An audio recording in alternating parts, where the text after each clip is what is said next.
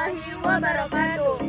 Shalom, Om Swastiastu, Namo Buddhaya, Salam Kebajikan. Perkenalkan, nama saya Dian Rahmaini Sregar, Program Studi Teknik Sipil NIM 2304040025. Perkenalkan, nama saya Royhanil Fadila dengan NIM 230704023 dari Prodi Sastra Arab.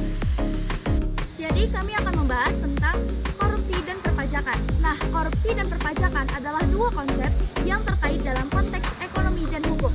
Korupsi dapat diidentifikasikan sebagai perilaku yang melanggar hukum dan etika, termasuk penyalahgunaan kekuasaan untuk memperkaya diri sendiri atau merugikan pihak lain. Dalam konteks perpajakan, korupsi dapat terjadi melalui berbagai cara, seperti penyalahgunaan kekuasaan oleh petugas pajak untuk meminta atau menerima suap, atau melalui praktik penghindaran pajak yang agresif. Korupsi dapat memiliki dampak negatif yang signifikan terhadap perekonomian dan keuangan negara.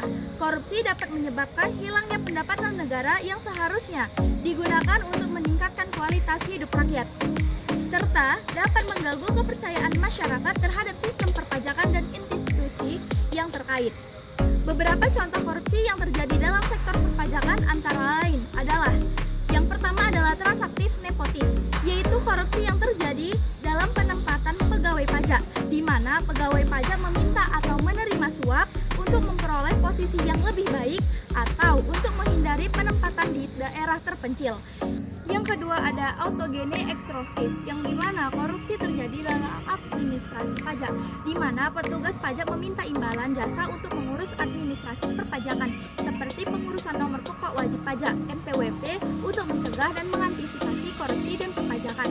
Untuk mencegah dan mengantisipasi korupsi dalam perpajakan, beberapa langkah yang dapat diambil yaitu peningkatan transparansi, yaitu meningkatkan transparansi dalam proses perpajakan, seperti dengan menggunakan teknologi informasi untuk memantau dan mengatasi proses perpajakan. Yang kedua, kerjasama antar otoritas, yaitu meningkatkan kerjasama antar otoritas pajak dan otoritas anti korupsi, seperti dengan pertukaran informasi dan data untuk memantau dan mengawasi kegiatan perpajakan.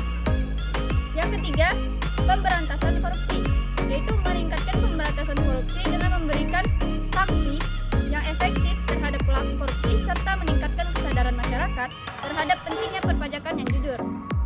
Dalam konteks Indonesia, korupsi dalam perpajakan telah menjadi perhatian publik sejak beberapa tahun terakhir.